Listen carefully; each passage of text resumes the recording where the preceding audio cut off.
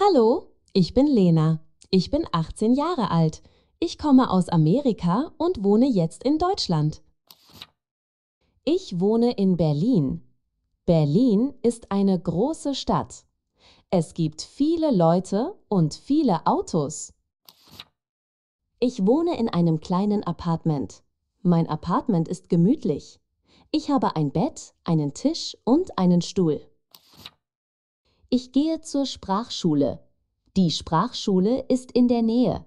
Ich lerne Deutsch. Deutsch ist schwer, aber interessant. Ich lerne neue Wörter. Ich lerne neue Sätze. Ich habe eine neue Freundin. Ihr Name ist Anna. Anna ist sehr nett. Anna und ich gehen in den Park. Der Park ist grün. Es gibt viele Bäume. Wir essen Eis. Das Eis ist lecker. Ich mag Erdbeereis. Ich besuche Museen. Die Museen sind interessant. Ich lerne über die Geschichte. Ich gehe ins Kino. Der Film ist auf Deutsch. Ich verstehe nicht alles. Ich übe Deutsch mit Anna. Anna hilft mir. Ich bin dankbar. Ich besuche ein Konzert. Die Musik ist laut. Die Leute tanzen. Ich probiere neue Essen. Das Essen ist anders, aber es schmeckt gut. Ich gehe auf den Weihnachtsmarkt. Der Markt ist schön. Es gibt viele Lichter. Ich trinke Glühwein. Der Glühwein ist warm. Es ist kalt draußen. Ich feiere Weihnachten mit Anna. Annas Familie ist nett. Ich fühle mich wohl. Ich vermisse meine Familie. Aber ich bin nicht allein. Ich habe Anna. Ich lerne jeden Tag mehr Deutsch. Ich kann mich besser verständigen. Ich bin stolz. Ich entdecke Berlin. Berlin ist eine tolle Stadt. Es gibt viel zu sehen. Ich gehe in ein Café. Ich lese ein Buch auf Deutsch. Ich verstehe fast alles. Mein Jahr in Deutschland ist fast vorbei. Ich bin traurig, aber ich bin auch froh. Ich habe viel gelernt. Ich habe neue Freunde gefunden. Ich habe mich verändert. Ich werde Deutschland vermissen, aber ich werde wiederkommen. Das verspreche ich. Tschüss, Deutschland. Bis bald. Ich liebe dich. Ich freue mich auf mein neues Leben. Ich bin bereit für neue Abenteuer.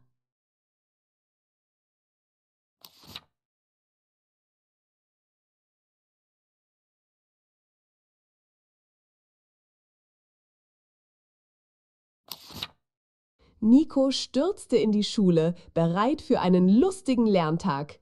Aber als er sein Klassenzimmer erreichte, sank sein Herz. Sein Rucksack war weg. »Wo ist mein Rucksack?« fragte er sich laut und kratzte sich verwirrt am Kopf. Zuerst fragte Nico Frau Schmidt, seine Lehrerin. »Ist dein Rucksack groß und blau?« erkundigte sie sich freundlich. Nico nickte, seine Augen voller Hoffnung. »Nein, ich habe ihn nicht gesehen«, antwortete Frau Schmidt mit einem mitfühlenden Lächeln. »Aber frag doch mal Max.« Nico fand Max beim Spielen im Schulgarten. »Hast du meinen Rucksack gesehen, Max?« fragte Nico. Max unterbrach sein Spiel und dachte einen Moment nach. »Ist er vielleicht leicht oder schwer?« fragte er und kratzte sich am Kinn. »Er ist schwer, mit meinen Büchern darin«, rief Nico und erinnerte sich an das Gewicht seines Rucksacks. Sagte Max, »vielleicht ist er im Speisesaal? Ist er dort?« Sie gingen in Richtung Cafeteria, um nachzusehen. Der Speisesaal war voller Schüler, die zum Mittag aßen. »Ist mein Rucksack hier?« rief Nico, seine Stimme etwas lauter. Ein Mädchen mit Zöpfen, Lena, zeigte auf eine Ecke. Ist er vielleicht hinter dem Tisch? Er ist bunt. Nico eilte in die Ecke. »Ist das meiner?« fragte er und entdeckte einen Rucksack mit bunten Flicken. »Nein«, sagte ein Mädchen in der Nähe, »das ist meiner. Meiner ist neu und grün.« Nikos Hoffnung schwand wieder. Gerade dann klingelte die Glocke. »Wo könnte er sein?«, murmelte Nico besorgt. Er beschloss, die Turnhalle zu überprüfen.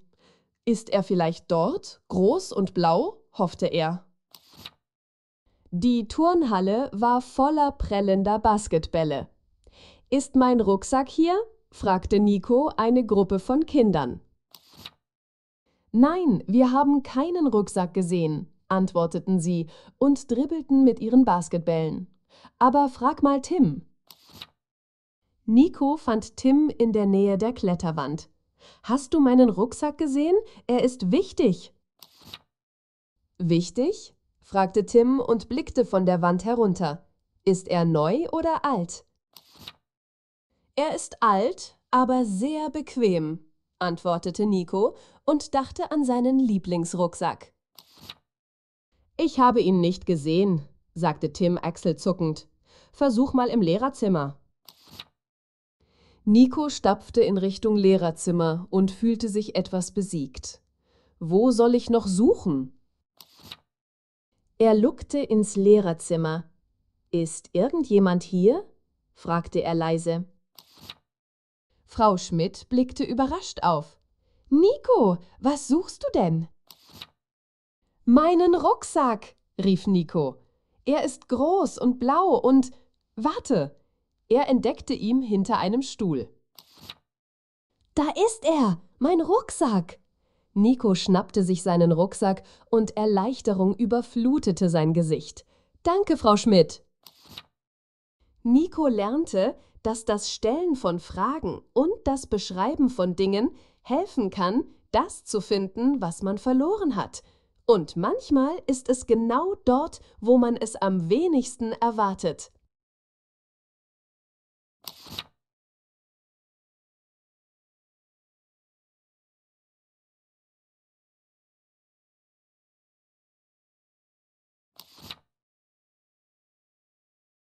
Emma liebte es, den Dachboden ihrer Großmutter zu erkunden. Staubkörner tanzten in den Sonnenstrahlen, während sie in vergessenen Schätzen stöberte. Plötzlich erblickte sie ein sanftes Leuchten, ein altes, ledergebundenes Buch, das in einer staubigen Ecke lag. Das Buch summte leise, als Emma es aufhob. Buchstaben schimmerten auf dem Einband, geschrieben in einer Sprache, die sie vage erkannte. Als sie den ersten Buchstaben nachzeichnete, hallte eine Stimme in ihrem Geist wieder. »Willkommen, Emma.« »A ist für Apfel«, flüsterte das Buch. Plötzlich verwandelte sich der Dachboden in einen üppigen Apfelgarten. Emma keuchte, als reife Äpfel von den Bäumen fielen. Sie griff nach einem saftigen, roten Apfel an einem Zweig. Das Buch kicherte. »Jeder Buchstabe birgt eine neue Welt, Emma. Bist du bereit zu lernen?« »B ist für Ball«, verkündete das Buch. Plötzlich verwandelte sich der Obstgarten in einen geschäftigen Marktplatz voller bunter Bälle aller Größen. Emma kicherte, als ein riesiger Beachball auf sie zuhüpfte. »Das ist unglaublich«, rief sie aus und streckte die Hand aus, um seine glatte Oberfläche zu berühren. »C ist für Clown«, erklärte das Buch. Ein freundlicher Clown mit hellem Make-up und übergroßen Schuhen tauchte auf und jonglierte mit bunten Bällen. Der Clown verbeugte sich und bot Emma einen leuchtend roten Ball an. »Lernen kann Spaß machen, mein Freund«, zwitscherte er. »D ist für Dom«, tönte das Buch. Plötzlich erhob sich eine prächtige Kathedrale vom Marktplatz, deren Buntglasfenster glänzten. Emma trat ein. Die kühle Luft war ein willkommener Kontrast zum geschäftigen Marktplatz. Sonnenlicht strömte durch das Buntglas und malte das Innere mit leuchtenden Farben. E ist für Eis, läutete das Buch. Plötzlich war die Kathedrale mit funkelnden Eisskulpturen gefüllt, jede schöner als die letzte. Emma berührte vorsichtig eine zarte Eisblume. »Das ist wie ein Traum«, flüsterte sie und bestaunte ihre komplizierten Details. F ist für Fluss, kündigte das Buch an. Die Kathedrale verwandelte sich in ein ruhiges Flussufer, an dem friedlich ein sanfter Fluss vorbeifloss. Sie beobachtete, wie Enten anmutig über das Wasser glitten.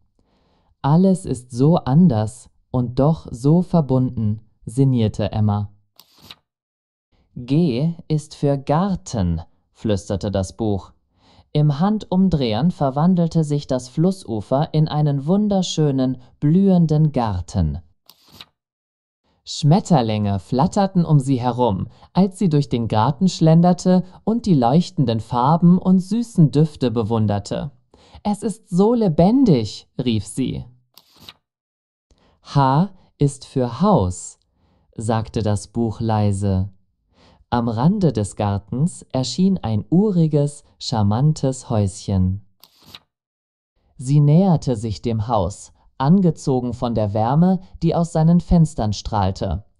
»Ich frage mich, wer hier wohnt«, grübelte sie. I ist für Igel, kicherte das Buch. Ein winziger Igel watschelte unter dem Haus hervor und schnüffelte in der Luft. Emma kniete sich hin und bot dem Igel ein Stück Apfel an, das sie aufgehoben hatte. »Hallo, kleiner Freund«, flüsterte sie. J ist für Jacke, rief das Buch. Plötzlich trug Emma eine warme, gemütliche Jacke. Sie lächelte und war dankbar für die unerwartete Wärme. Dieses magische Buch ist so voller Überraschungen. Das Buch begann heller zu leuchten. »Es ist Zeit, zurückzukehren, Emma. Aber das deutsche Alphabet wird immer bei dir sein.« Der Garten, das Haus, der Igel, alles verblasste, und Emma war zurück auf dem staubigen Dachboden. Das Buch lag still in ihren Händen. Emma lächelte und drückte das Buch fest an ihr Herz. Sie wusste, dass dies erst der Anfang ihres deutschen Alphabetabenteuers war.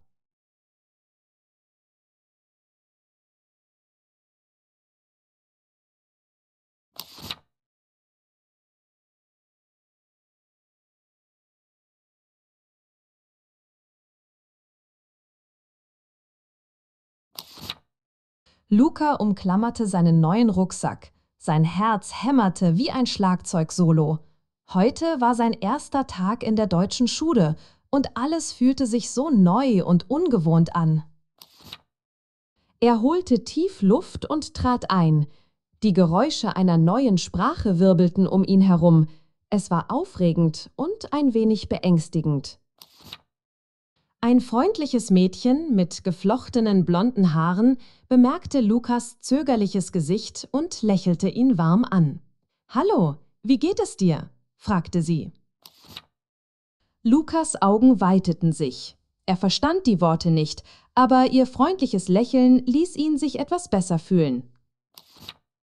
»Hallo«, antwortete Luca zögernd. »Ich heiße Luca.« Mia kicherte. »Ich heiße Mia.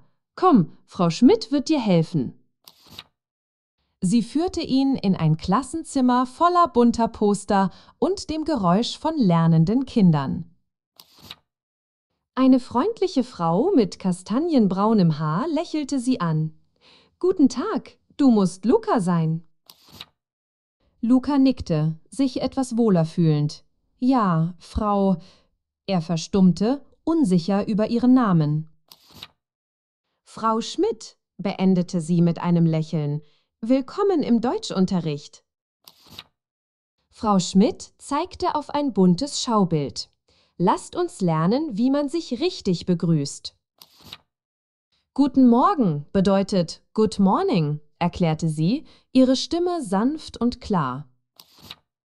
Die Kinder wiederholten Guten Morgen, ihre Stimmen ein wenig zittrig, aber voller Begeisterung.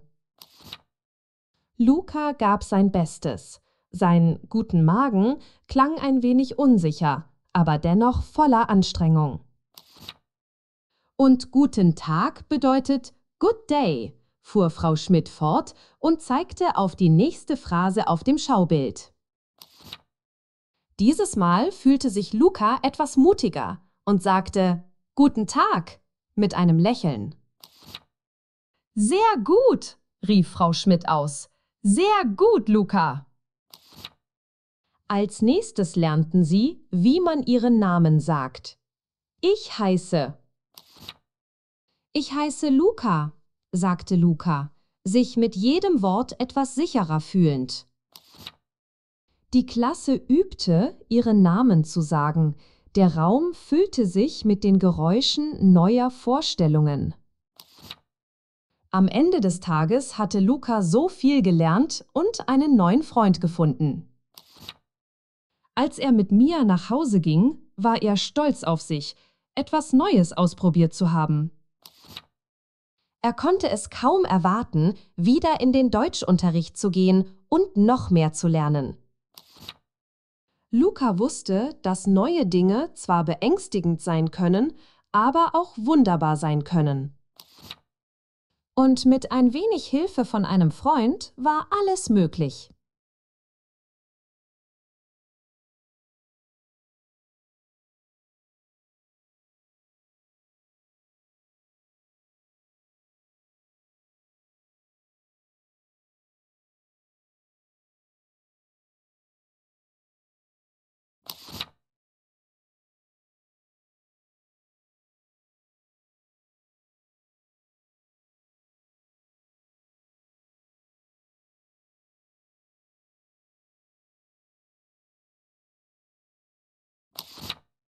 Leo liebte den Wald mehr als alles andere. Eines sonnigen Morgens beschloss er, sich auf ein großes Abenteuer zu begeben. Er packte einen Snack und seine Lupe ein. »Ich bin bereit«, flüsterte er den Bäumen zu. Bald entdeckte Leo einen winzigen Samen. Er sah so klein und einsam auf dem Boden aus. »Hallo, kleiner Samen«, sagte Leo sanft. »Hast du dich verirrt?« Der Samen antwortete nicht. Leo fragte sich, wie er jemals wachsen würde. Leo erinnerte sich daran, was sein Opa ihm gesagt hatte. Samen brauchen Liebe und Pflege. Also beschloss Leo zu helfen. Er grub vorsichtig ein kleines Loch. Er legte den Samen sanft hinein und bedeckte ihn mit Erde. »Jetzt brauchst du Wasser«, sagte Leo. Er rannte zu einem nahegelegenen Bach. Er füllte seine Gießkanne mit kühlem, klarem Wasser. Es funkelte in der Sonne. Leo goss das Wasser sanft über die Erde. »Wachse stark, kleiner Samen.« Jeden Tag besuchte Leo den Samen. Er goss ihn und sang ihm Lieder vor.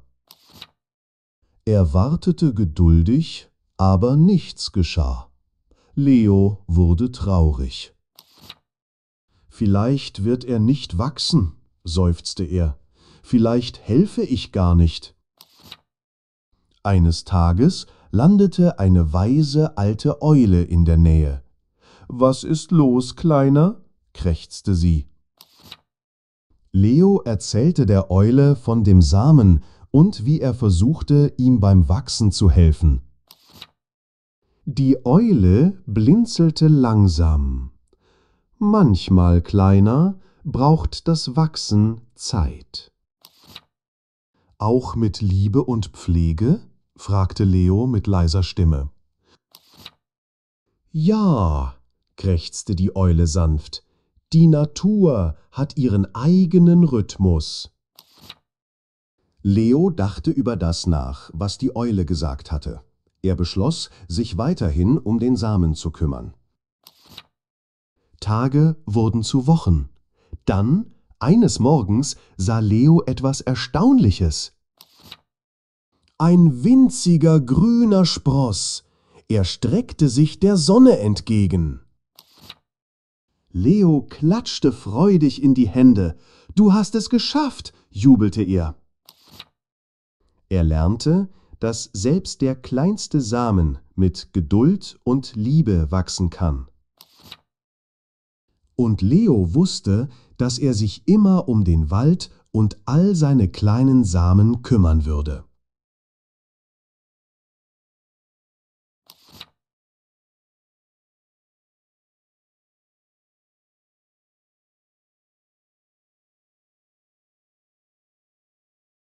Im Dorf Silverwood lebte Anja, ein Mädchen mit einem feurigen Geist und einem Herzen voller Träume, aber verflucht durch ein Spiegelbild, das ihr sagte, sie sei nicht schön.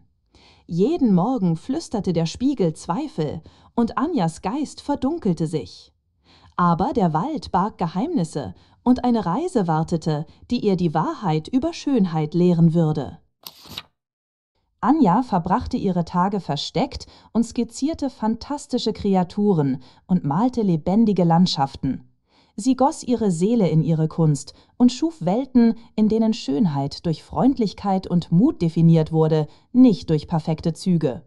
Doch wenn sie ihr eigenes Gesicht betrachtete, konnte sie nur Unvollkommenheiten sehen. Eines Tages kam ein reisender Händler nach Silverwood, dessen Karren mit exotischen Waren und geflüsterten Geschichten von verzauberten Wäldern beladen war. Er sprach von einem verborgenen Hain, in dem das Wasser nicht das äußere Erscheinungsbild, sondern den inneren Geist widerspiegelte. Anjas Herz regte sich mit einem Hoffnungsschimmer. Getrieben von einer verzweifelten Sehnsucht, sich selbst als würdig zu sehen, packte Anja eine kleine Tasche und machte sich auf die Suche nach dem verzauberten Hain. Die Reise war lang und beschwerlich, voller gewundener Pfade und dorniger Dickichte. Aber ihre Entschlossenheit brannte mit jedem Schritt heller. Als sie tiefer in den Wald vordrang, begegnete Anja wundersamen und seltsamen Kreaturen. Sie half einem verirrten Rehkitz, seine Mutter zu finden, und teilte ihr Wasser mit einer durstigen Elfe. Mit jeder Tat der Freundlichkeit fühlte sich ihr Geist leichter an. Schließlich, nach vielen Tagen, kam Anja im verzauberten Hain an. Die Luft summte vor Magie und die Bäume flüsterten Geheimnisse in der Brise. In der Mitte schimmerte ein kristallklarer Teich unter dem gefleckten Sonnenlicht. Mit zitternden Händen näherte sich Anja dem Teich. Sie schloss die Augen, holte tief Luft und blickte ins Wasser.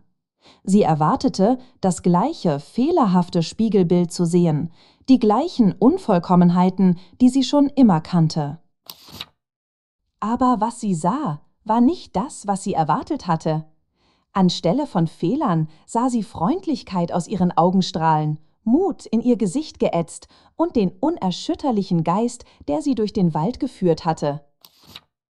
Zum ersten Mal sah Anja ihre wahre Schönheit, nicht in der Symmetrie ihrer Züge, sondern im Licht ihrer Seele. Das Muttermal an ihrer Schläfe, einst eine Quelle der Scham, sah nun aus wie ein Ehrenzeichen, eine Erinnerung an ihre einzigartige Reise. Anja lächelte, ein echtes Lächeln, das ihre Augen erreichte und ihr ganzes Wesen erleuchtete. Sie erkannte, dass wahre Schönheit nicht Perfektion bedeutet, sondern ihre Unvollkommenheiten zu akzeptieren und ihr Licht mit der Welt zu teilen. Nach Silverwood zurückgekehrt, versteckte sich Anja nicht mehr. Sie ging mit Zuversicht, den Kopf hoch erhoben, ihr Herz der Welt geöffnet. Die Menschen sahen sie anders, nicht weil sie sich verändert hatte, sondern weil sie sich selbst anders sah. Anja nutzte ihre Kunst, um andere zu inspirieren und malte Porträts, die die einzigartige Schönheit jedes Einzelnen einfingen. Sie zeigte ihnen, dass wahrer Wert nicht im äußeren Erscheinungsbild liegt, sondern in der Freundlichkeit und dem Mut, den sie in sich tragen. Die Kinder von Silverwood strömten zu Anja, begierig von ihr zu lernen. Sie lehrte sie, dass Schönheit ein Spiegelbild des Herzens ist und dass Freundlichkeit die strahlendste Farbe von allen ist. Und so wurde Anja als Anja die Schöne bekannt, nicht für ihr äußeres Erscheinungsbild, sondern für die Schönheit, die sie in die Welt brachte. Ihr widergespiegeltes Herz strahlte heller als jeder Spiegel und erleuchtete das Leben aller, die sie kannten. Eines Tages kam ein junger Mann namens Ethan, der für seine eigenen Unsicherheiten bekannt war, nach Silverwood. Er sah Anjas Schönheit, glaubte aber, ihrer Aufmerksamkeit unwürdig zu sein. Er bewunderte sie aus der Ferne, überzeugt, dass sie niemals über seine eigenen vermeintlichen Fehler hinwegsehen könnte. Ethan war talentiert im Holzschnitzen, versteckte aber seine Kreationen aus Angst vor Spott. Anja bemerkte Ethans stille Bewunderung und sah die Traurigkeit in seinen Augen. Sie ging sanft auf ihn zu, bot ein freundliches Wort und ein echtes Lächeln. »Ich sehe die Schönheit in deiner Seele, Ethan«, sagte sie, »die Freundlichkeit in deinem Herzen und das Talent in deinen Händen. Verstecke dein Licht nicht.« Inspiriert von Anjas Worten teilte Ethan seine Holzschnitzereien mit dem Dorf. Die filigranen Details und die herzlichen Ausdrücke fesselten alle. Ethan lernte, dass es bei wahrer Schönheit nicht darum geht, Unvollkommenheiten zu verbergen, sondern darum, Verletzlichkeit anzunehmen und die eigenen einzigartigen Gaben mit der Welt zu teilen. Gemeinsam verwandelten Anja und Ethan Silverwood in eine Oase der Akzeptanz und Wertschätzung. Sie feierten die Schönheit in jeder Seele und inspirierten andere, ihr wahres Selbst anzunehmen. Und so wurde das Dorf Silverwood, das einst auf das äußere Erscheinungsbild fixiert war, für seine widergespiegelten Herzen bekannt, die hell mit Freundlichkeit, Mut und unerschütterlicher Selbstliebe strahlten. Anja und Ethan fanden die Liebe zueinander nicht wegen ihrer Schönheit, sondern wegen der Schönheit ihrer Seelen. Sie lebten lange Leben voller Liebe und Freude und inspirierten unzählige andere, Schönheit in sich selbst zu finden. Die Geschichte von Anja und Ethan dient als zeitlose Erinnerung. Wahre Schönheit liegt nicht im Spiegelbild, sondern im widergespiegelten Herzen.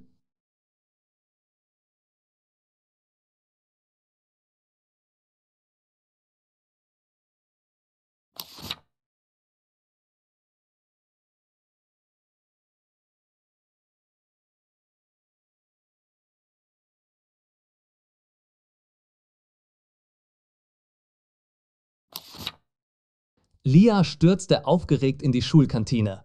»Max, ich habe die beste Idee für deinen Geburtstag«, rief sie, während sie sich gegenüber von ihm auf den Stuhl fallen ließ. Max sah von seinem Skizzenbuch auf und ein neugieriges Lächeln breitete sich auf seinem Gesicht aus. »Was denn?«, fragte Max. Seine Augen weiteten sich vor Vorfreude. »Lass uns dir eine Geburtstagsparty mit deutschem Thema schmeißen«, antwortete Lea begeistert.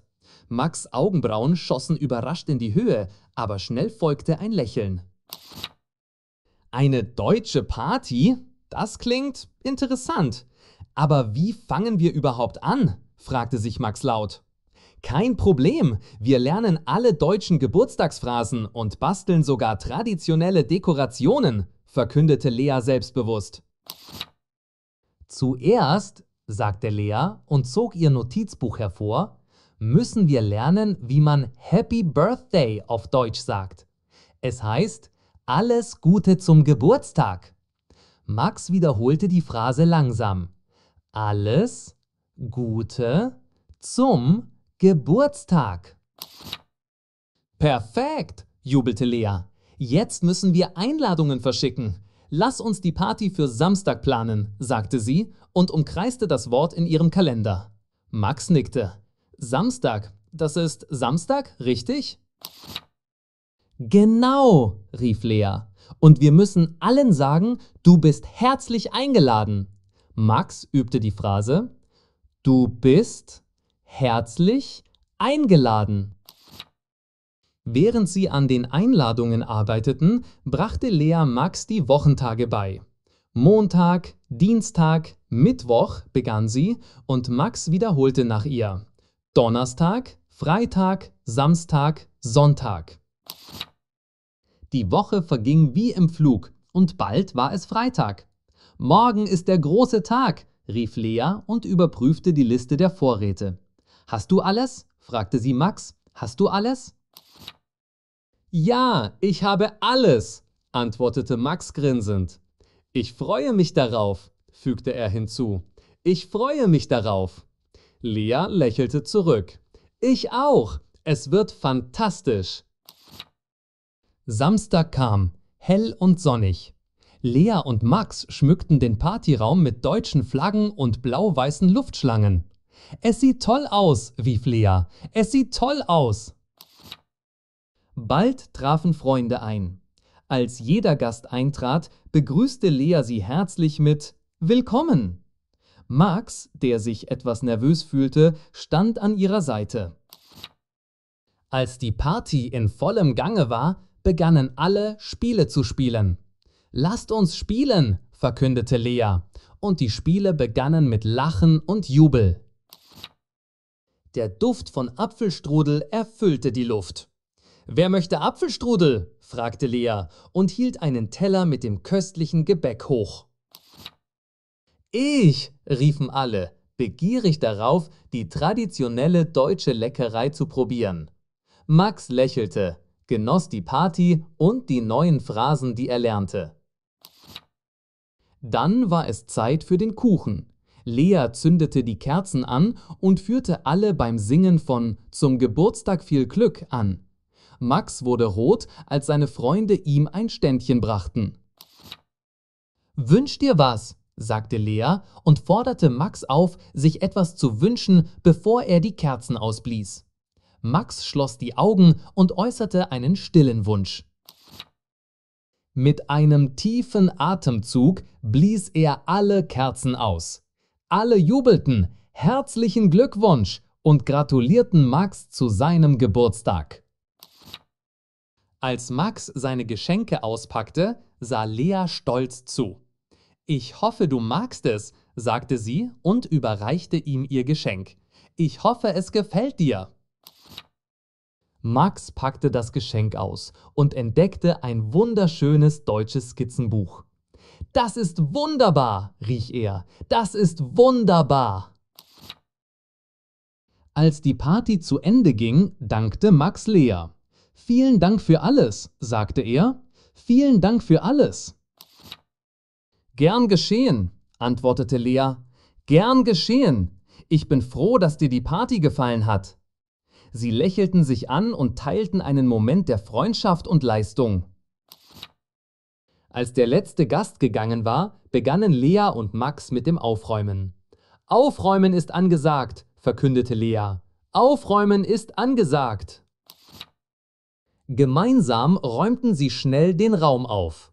»Fertig«, rief Max, »fertig!« Sie ließen sich beide erschöpft, aber glücklich auf das Sofa fallen. »Das war der beste Geburtstag aller Zeiten«, sagte Max und lehnte sich an die Kissen. Lea lächelte. »Ich bin so froh, dass dir deine deutsche Party gefallen hat.« »Nächstes Jahr«, sagte Max, »machen wir eine Party auf Spanisch.« Lea lachte. »Ich freue mich schon darauf.«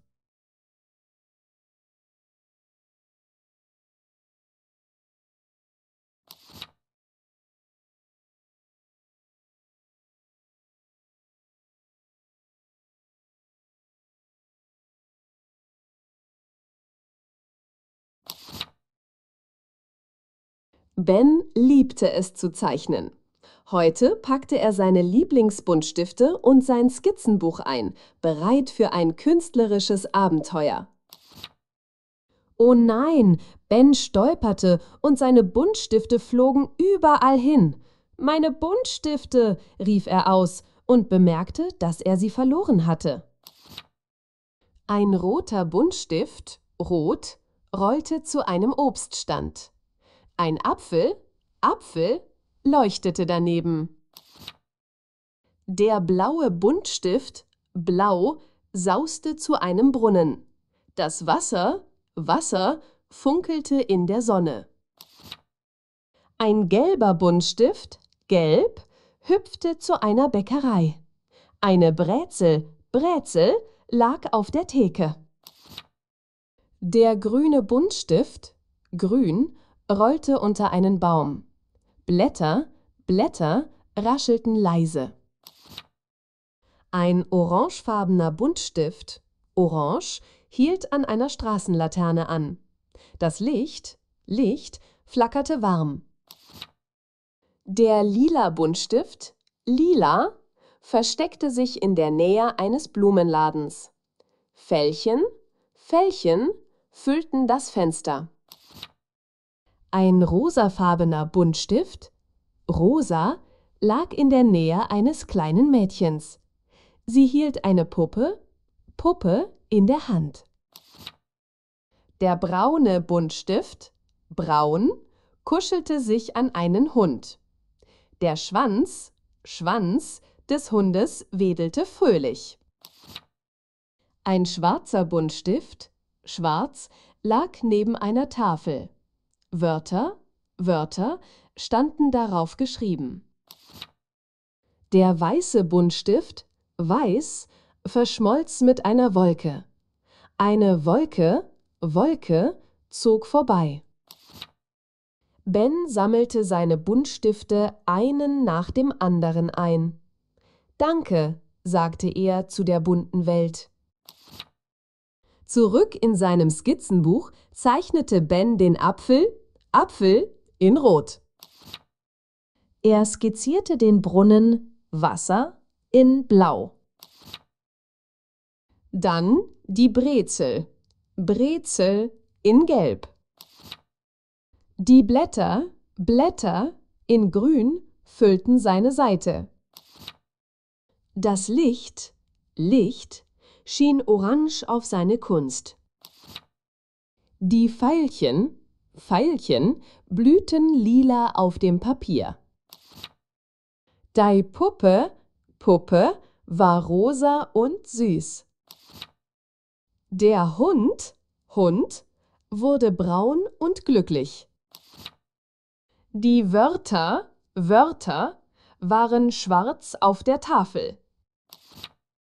Die Wolke schwebte weiß und frei. Ben lächelte. Sein Skizzenbuch war voller Farben. Er lernte neue deutsche Wörter und hatte ein farbenfrohes Abenteuer.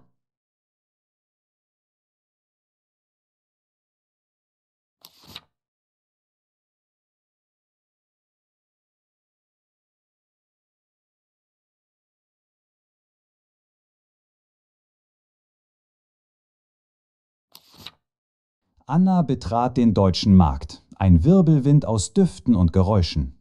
Bunte Stände waren übervoll mit Obst, Gemüse und Leckereien, die sie noch nie zuvor gesehen hatte.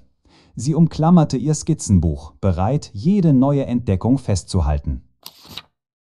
Der erste Stand präsentierte Äpfel in allen Schattierungen. »Apfel«, sagte eine freundliche Frau und bot Anna einen glänzend roten an.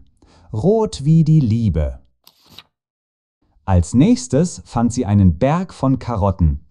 »Karotten«, verkündete ein fröhlicher Verkäufer, »orange wie die Sonne.« Ein Turm gelber Paprika winkte. »Paprika«, sagte ein junger Mann mit einem Grinsen, »gelb wie die Sterne.« Als nächstes sah sie pralle Blaubeeren. »Blaubeeren«, sagte eine Frau mit einem warmen Lächeln, »blau wie der Himmel.« Eine Auslage grüner Bohnen fiel ihr ins Auge. »Grüne Bohnen«, erklärte ein Verkäufer, »grün wie das Gras.« Sie entdeckte violette Pflaumen, die im Licht glänzten. »Pflaumen«, kicherte eine Frau, »lila wie die Nacht.« Ein süßer Duft führte sie zu einem Brezelstand.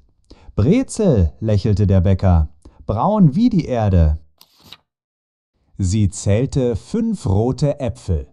5 Äpfel, sagte sie und war stolz. Der Magd half ihr beim Lernen. 3 orangefarbene Karotten lagen in einem Korb. 3 Karotten, übte sie und lächelte vor sich hin. Sie kaufte 2 gelbe Paprika. 2 Paprika bitte, sagte sie und fühlte sich selbstbewusster. Ein Korb mit Blaubeeren war genug. Eine Blaubeere, erinnerte sie sich. 1 ist 1. Keine grünen Bohnen für sie heute. 0 grüne Bohnen, stellte sie fest und kicherte vor sich hin. Sie skizzierte die violetten Pflaumen in ihr Buch. 1, 2, 3, 4 Pflaumen. 4 Pflaumen! Anna knabberte an ihrer Brezel, während sie sich umsah. 1 Brezel, dachte sie. Eine Brezel reichte, um sie in Schwung zu halten. Sie sah ein Schild mit Zahlen. 1, 2, 3, 4, 5, sagte sie auf und zeigte auf jede einzelne. Eine Gruppe von Kindern lachte. Wie viele? Fragte sie sich. Wie viele Kinder sind da? Sie fragte einen Verkäufer, wie viele Pflaumen noch übrig waren. 7 Pflaumen, antwortete er mit einem Lächeln. 7 Pflaumen! Sie kaufte 10 Blaubeeren zum Teilen. 10 Blaubeeren, sagte sie und war stolz auf ihren wachsenden Wortschatz. Sie fand einen Freund und teilte ihre Blaubeeren. Teilen ist kümmern, sagte sie. Als die Sonne unterging, leuchtete der Magd. Sie kannte mehr Wörter als zuvor. Der deutsche Markt war ein Abenteuer gewesen. Sie konnte es kaum erwarten, nächstes Jahr wiederzukommen. Auf Wiedersehen, deutscher Markt. Bis zum nächsten Mal, deutscher Markt. Sie öffnete ihr Skizzenbuch und wiederholte alle neuen Wörter, die sie gelernt hatte. Sie lächelte, da sie wusste, dass ihr deutsches Abenteuer gerade erst begonnen hatte.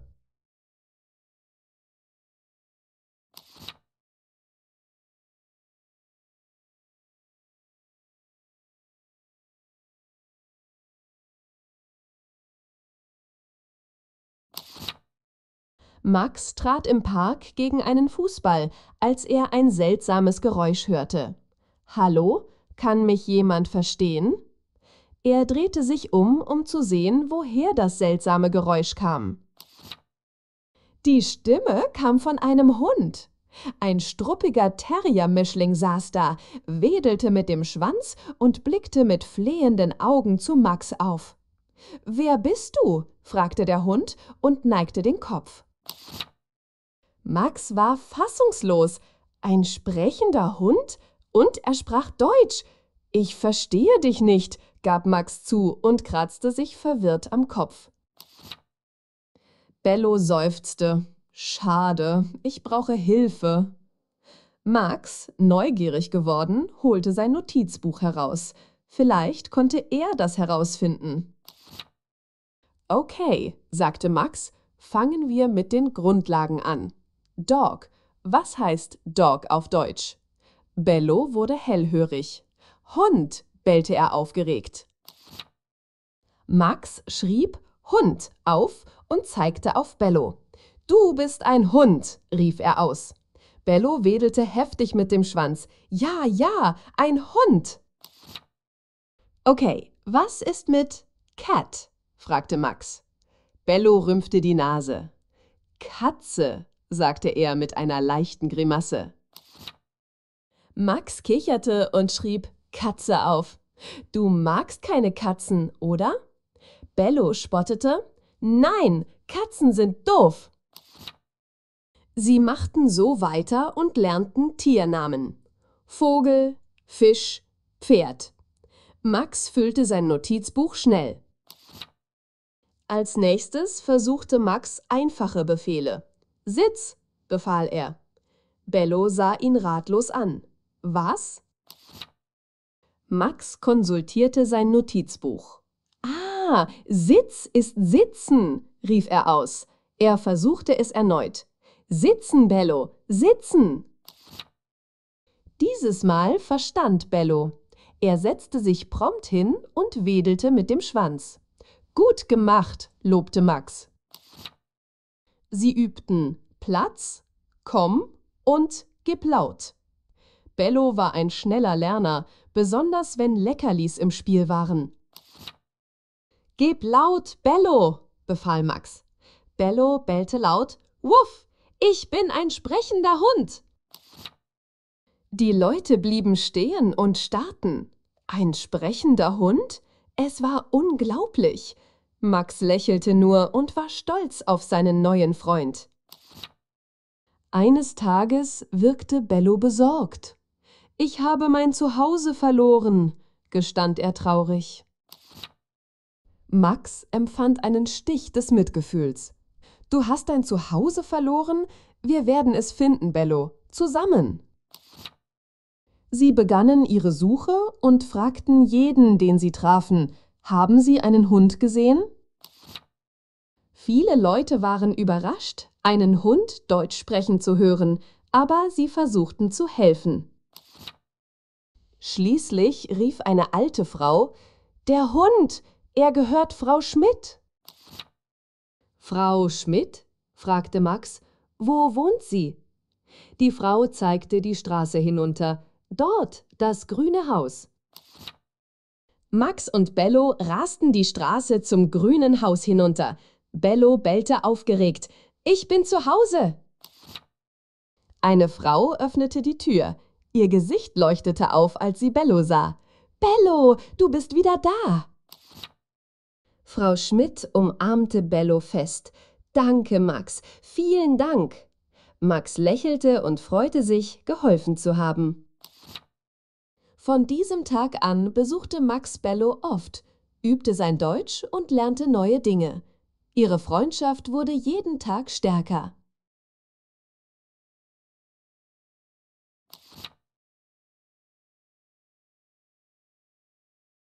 Vielen Dank, dass ihr dieses Video angeschaut habt.